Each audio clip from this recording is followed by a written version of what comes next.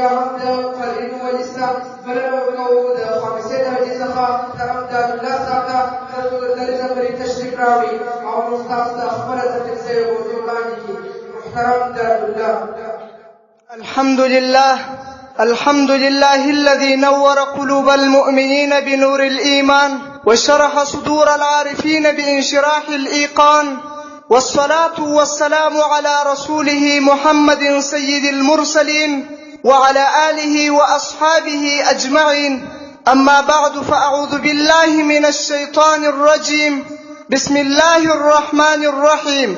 وقال الله تبارك وتعالى في القرآن المجيد والفرقان الحميد: ولا تكونوا كالذين نسوا الله فأنساهم أنفسهم أولئك هم الفاسقون. الآية. وقال عمر رضي الله تعالى عنه: حاسبوا أنفسكم قبل أن تحاسبوا. يا معلم الإبراهيم علمني. آمنت بالله صدق الله مولانا العظيم وصدق رسوله النبي الكريم ونحن على ذلك من الشاهدين والشاكرين والحمد لله رب العالمين. مسلمان ورور ای ورځ چې د خپل ځان سره د حساب کولو دپاره ګوښه سوي او تنها سوي ای ورځ چې د هغه طاعات او عباداتو په حقیقت او ماهیت په صحت او غلطا کې فکر کړی دی چې ته یې په یادولو باندې فخر کوې. ای ورځ چې د هغه بدۍ او تېره سوو ګناهو حسابولو کوښښ کړی دی. ایا خپلې خبرې او عملونه مو حسابلي دي؟ که دې چیرې دا ښه عبادات په ریا او د نفس په خواهشاتو لړلې وه، نو ته څنګه پر دغه حال باندې راځې؟ نو زما موضوع به هم انشاء الله تعالی د محاسبة النفس اړوند وي. محترمو سامعینو، الله جل جلاله په قرآن کریم کې فرمایي: ولا تكونوا كالذين نسوا الله فانساهم انفسهم اولئك هم الفاسقون. او تاسو په مثل د هغه کسانو مه کېږئ چې الله جل جلاله یې هېر کړ، چې هغو کسانو الله جل جلاله هېر کړ. بیا نو الله جل جلاله له دوی څخه د خپل ځان حقوق هېر کړل. دغه خلک چې رب الارباب جل جلاله یې هېر کړي دي فاسقان دي. میمون بن مهران رحمه الله تعالی فرمایي: یو بنده تر هغه وخته پورې متقي کېدلی نسي تر څو پورې چې د خپل نفس سره در هغه سخت او اشد حساب ونه کړي لکه یو شریک چې د بل شریک سره کوي. نو ځکه صالحان او ښه خلک فرمایي دا نفس داسې مثال لري لکه یو خائن شریک. که دې چیرې حساب ورسره ونه کړي نو مال او سرمایه به دې ټوله ولاړه سي. یو واقعه ده، یو سپین ږیری پلار و او یو یې زوی و. پلار و زوی ته وویل: هره شپه به ته ماته د ټولې ورځې حساب راکوې. زوی یې ورسره ومنل و پلار ته یې د هرې ورځې حساب ورکوي. خو یو څو ورځې وروسته دغه حساب پر ده باندې وغمېدی او پلار ته یې ویل چې زه نور و تا ته حساب نسم درکولی. پلار یې په افسوسانه ډول ورته وویل: ای بچیه، په دې دنیا کې پر تا باندې د یوې ورځې حساب د داسې چا په مخ کې وغمېدی چې ته هغه ته دروغ هم ویلی سې او د هغه څخه څه شیان پټولی هم سې. د قیامت په ورځ چې د رب الارباب جل جلاله په حضور کې ولاړې، د هغه رب الارباب جل جلاله چې ستا یو عمل هم نه دی ځینې پټ، نو ته به د هغه ته د ټولې زندګۍ محاسبه څنګه ورکوې؟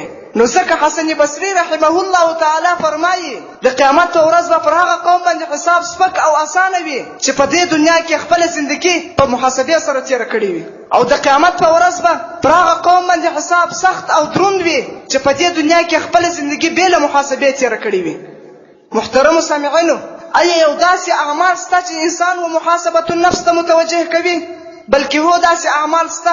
د هغو اعمالو څخه اول عمل دا دی: انسان باید په دې پوه سي که چیرې په دې دنیا کې زه د خپل نفس د حسابولو کوښښ وکړم نو د قیامت په ورځ به د حساب کولو څخه په راحت یم، او که چیرې زه په دې دنیا کې د خپل نفس سره د حساب کولو کوښښ ونه کړم نو د قیامت په ورځ به پر ما باندې حساب سخت او دروند وي. دوهم عمل یې دا دی: انسان باید د ښو او صالحینو خلکو مجلسو ته حاضر سي، د داسې خلکو مجلسو ته حاضر سي چې هغه د خپل نفس سره محاسبه کوي. او دریم دا عمل دی چې انسان و محاسبة النفس ته متوجه کوي د لهو لعب د مجلسو څخه راګرځېدل، ځکه د لهو لعب مجلسونه انسان د محاسبة النفس څخه راګرځوي. محترمو سامعینو، کله چې موږ او تاسې و محاسبة النفس ته متوجه شولو نو موږ او تاسو به د خپل نفس سره څنګه حساب کوو؟ ابن القیم رحمه الله تعالی فرمایي: انسان باید د خپل نفس سره په داسې ډول حساب وکړي. اول دې د فرایضو څخه را شروع کړي، ټوله فرایض دې د خپل نظر وباسي، که چیرې په فرایضو کې یو عمل ځینې پاته سوی وي نو هغه عمل دې برته راوګرځوي. دوهم دې د منع کړه سوي کارو څخه را شروع کړي او ټول هغه منع کړه سوي اعمال افعال اقوال در نظر وباسي. که چیرې یو منع سوی فعل جن کړه سوی و پر هغه جو الله جل جلاله ته توبه وکړي. محترم سامعینو، کله چې موږ او تاسو د خپل نفس سره محاسبه وکړله نو د محاسبه النفس څه ګټه او فایده ده؟ محاسبه النفس ډېرې ګټې او فایدې لري، خو د هغو ګټو څخه به زه و تاسو ته یو څو ګټې بیان کړم. اوله ګټه دا ده چې و انسان ته خپل عیبونه وښکاره کوي. که چیرې و انسان ته خپل عیبونه نه وي ورمعلوم نو ده ته د خپل بد اعمال داسې معلومیږي لکه ښه اعمال. دوهم د محاسبه النفس ګټه دا ده چې د الله جل جلاله کرم او احسان په معلومیږي. محترمو سامعینو، حضرت عمر رضی الله تعالی عنه فرمایي: حاسبوا انفسکم قبل ان تحاسبوا. تاسو د خپل نفسو سره حساب وکړئ مخکې تر دې چې تاسو د نفسو سره حساب کول کیږي. نو زما د بیان خلاصه همدا شوله چې موږ او تاسو هر کله مخزن و بسترې ته ورسو، موږ او تاسو باید د خپل نفس سره د دغه نن ورځې یو لنډ حساب وکړو چې آیا په نن ورځ کې ما څومره اعمال ښه وکړل او څومره مې بد وکړل. نو الله رب العزت جل جلاله دې اول ماته پر دا مختصرو خبرو د عمل کولو توفیق راکړي. بیا و تاسو ته وما علینا الا البلاغ المبین. دا ژوند د امتحان مقابله ده، دا ژوند د امتحان مقابله ده، د خپل نفس او د شیطان مقابله ده. خامخا به پکې سره ګلان راشېږي، خامخا به پکې سره ګلان راشېږي. د بهار او د خزان مقابله ده، نتیجه به یې سپېڅلې پسرلی وي، نتیجه به یې سپېڅلې پسرلی وي. د نصیب او د طوفان مقابله ده، دا ژوند د امتحان مقابله ده، د خپل نفس او د شیطان مقابله ده. جزاکم الله احسن الجزا. او د خمیسې درجې څخه محترم دادلا صاحب چې موږ او تاسو ته یې خپله موضوع راوړله.